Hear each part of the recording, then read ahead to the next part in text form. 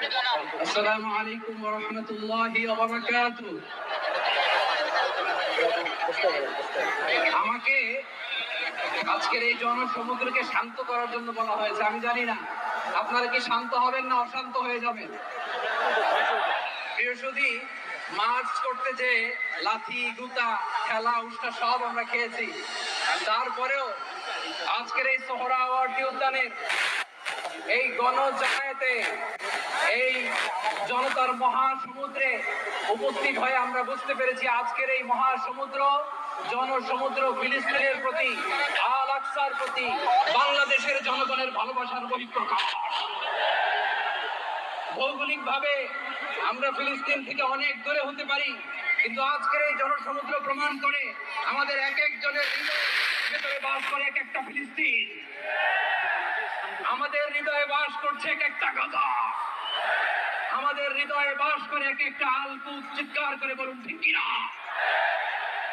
আমরা আজকে সংহতি প্রকাশ করব আমাদের মুসলিম ভাইদের উদ্দেশ্যে।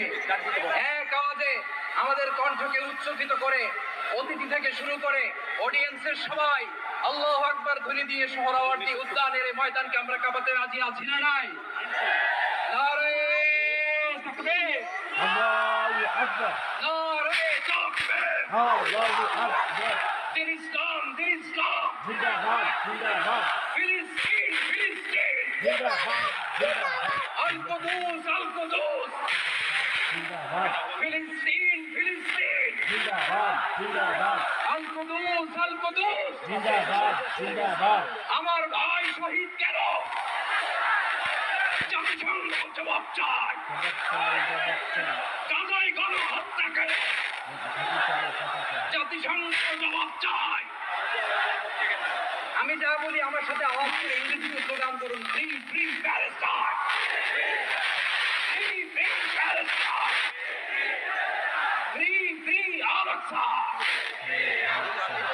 1 2 3 4 genocide no more,